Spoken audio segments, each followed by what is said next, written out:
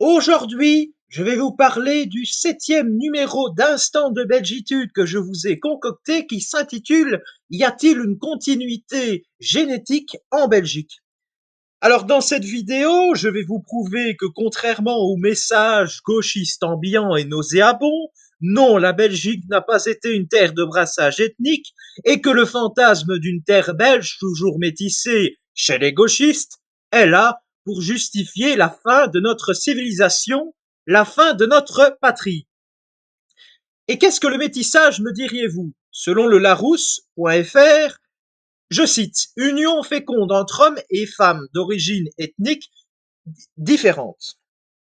Selon le dictionnaire Le Robert, je cite, mélange, croisement de groupes ethniques, personnes, de races, animaux, de variétés plantes. Et d'où vient le peuple belge? En fait, la Belgique fut habitée depuis près de 100 000 ans par des êtres humains appelés néandertaliens. Ceux-ci étaient proches des populations du nord de l'Europe actuelle, possédant des traits, par exemple, avec une peau pâle, ayant généralement des cheveux roux. L'homme moderne, appelé aussi Homo sapiens, est venu dans nos contrées il y a environ 30 000 ans. Il y a eu aussi la venue de certains êtres humains qui sont venus dans nos contrées en provenance du Caucase. Et par la suite, la peau des Européens va s'éclaircir, devenant comme elle est aujourd'hui, notamment dû au climat plus rude et aussi avec des séquences génétiques qui étaient là plus pour résister au climat froid et donc une peau blanche pour combler le manque de vitamine D dans des régions où il y a beaucoup moins de soleil. La dernière vague étant arrivée dans nos contrées en provenance des steppes au nord de la mer Noire il y a 5000 ans. Selon le site séché.bernard.free.fr, je cite, ainsi la pigmentation a beaucoup évolué en s'éclaircissant entre des populations préhistoriques et les populations modernes de la même zone géographique. Pourtant, les analyses mitochondriales ont montré qu'il y avait peu de différence entre la population préhistorique et la population contemporaine. Il semble donc qu'il y ait une certaine continuité génétique dans la zone des steppes pontiques, au moins du côté maternel. Et en fait, d'où viennent les Wallons et les Flamands? D'un côté, nous avons les Celtes, Olstadt, une commune en Autriche où les archéologues ont découvert des restes humains, qui ont conquis, ces Celtes aux Olstadt, l'actuelle Wallonie. C'était un peuple celte qui venait du centre de l'Europe et qui se sont installés en Wallonie entre 650 à 500 avant Jésus-Christ.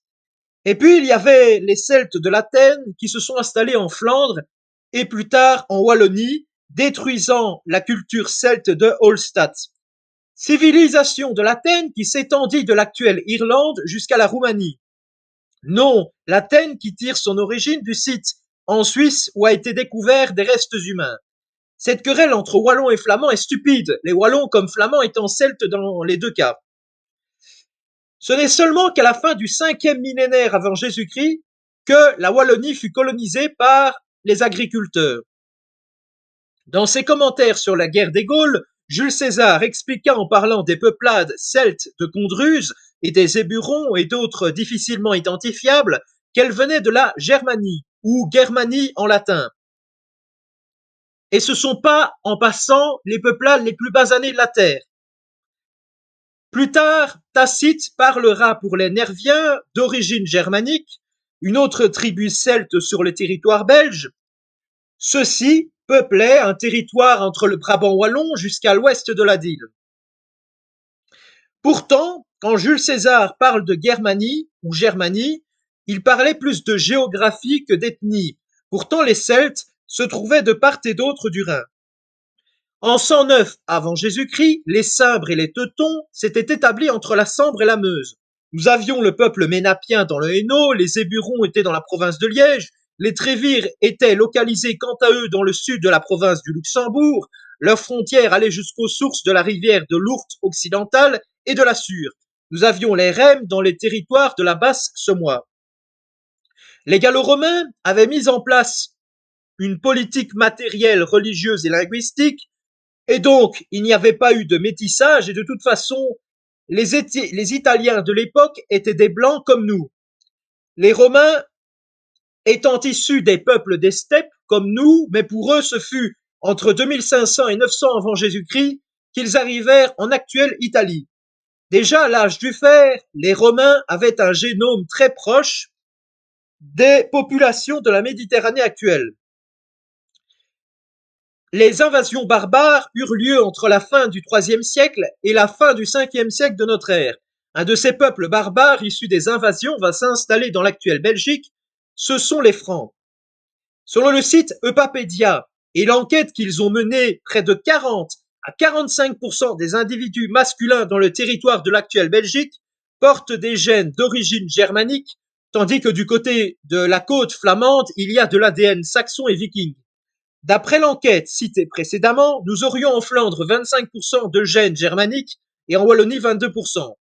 Les anciens Belges n'étaient pas forcément tous celtiques, certains étaient issus des Germains celticisés. Ah, qu'est-ce que je raconte? Certains étaient des Germains celticisés.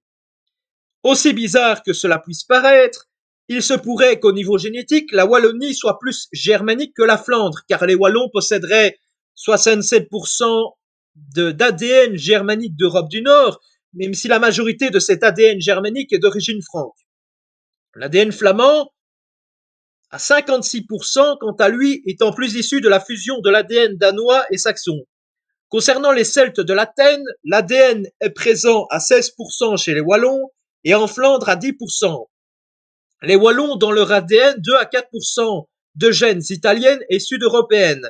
Les Celtes atlantiques sont présents dans la moitié ouest de la Belgique à 10% et diminuent dans l'est du pays, ne représentant plus que 7 à 8%. Une des différentes lignées germaniques en biologie appelée L1 en Flandre représente 12% et en Wallonie 10,5%. La sous-clade groupe génétique J2A1, qui est le plus répandu dans l'ensemble de la Belgique, est d'origine très probablement romaine, car propagée par ceux-ci.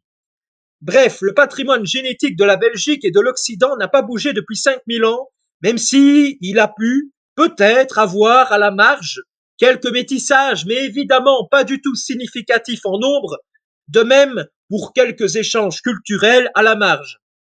Le monde européen a toujours été, en tout cas jusqu'aux années 60, avec la venue des premiers extra-européens, blancs. Et l'a été pendant des millénaires, les gènes n'ayant pas bougé, mais avec la mondialisation et le gauchisme, aujourd'hui, tout risque de changer malheureusement. En conclusion, notre terre de Belgique est en grand danger. Aujourd'hui, nous faisons face à un remplacement démographique sans précédent dans l'histoire de notre civilisation. Beaucoup de gens n'ont pas conscience de ce danger, et je ne leur en veux pas. Mais les personnes qui par amour, alors qu'ils savent pertinemment que le grand remplacement est malheureusement une réalité dans notre pays, sont irresponsables mais aussi égoïstes, car ils ne pensent pas au monde dans lequel leurs enfants vivront. Métis, qui n'auront plus de racines. De toute façon, je ne juge pas les métis, mais les mouvements de fond gauchistes. Gens qui veulent créer une famille, mais pensent d'abord à leur bonheur avant de penser au bonheur de la Belgique et plus largement de l'Occident. Ces gens-là, en se mettant avec des extra-européens, trahissent Dieu, car tout simplement Dieu a permis qu'il y ait plusieurs populations, ethnies sur Terre, et ce n'est pas pour créer une forme de mélange Nutella informe, car c'est faire aussi de la violence aux autres peuples qui vont par conséquent ne pas vouloir participer à ce mélange. Il n'y a que les Occidentaux qui sont aussi utopistes. L'Occident va s'effondrer avec son métissage, alors que les autres peuples vont rester fiers. Nous serons en gros les dindons de la farce. Nous nous serons fait cocufier par les extra-européens qui, soyons honnêtes, ne sont pas franchement toujours nos amis, loin de là. Ils sont même jaloux de nous. Toute personne promouvant le métissage ou y participant activement en temps de crise adhère à l'œuvre de l'Antichrist. Si l'Occident n'était pas en danger civilisationnel en tant que catholique, cela ne me poserait aucun problème. Qu'une personne blanche, s'il y a un amour véritable, aille s'accoupler avec un extra-européen. Mais aujourd'hui, et je vais utiliser un terme très dur pour qualifier notre époque de bâtardisation, tout simplement car une personne européenne allant avec un extra-européen trahit ses ancêtres.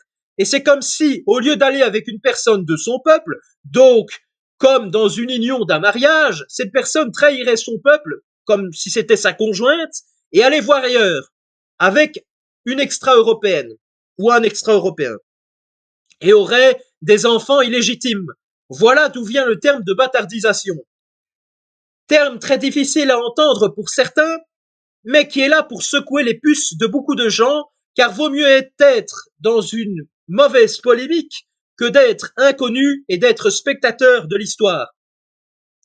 Voici la définition de l'article 2 que l'ONU, en 1948, donnait au terme de génocide. Je cite, l'article 2 précise, le génocide s'entend de l'un quelconque des actes ci-après commis dans l'intention de détruire en tout ou en partie un groupe national, ethnique, racial ou religieux comme tel. A. Meurtre de membres du groupe. B. Atteinte à l'intégrité physique ou mentale de membres du groupe. C. Soumission intentionnelle du groupe à des conditions d'existence devant entraîner sa destruction physique totale ou partielle. D. Mesures visant à entraver les naissances au sein du groupe. E. Transfert forcé d'enfants du groupe à un autre groupe.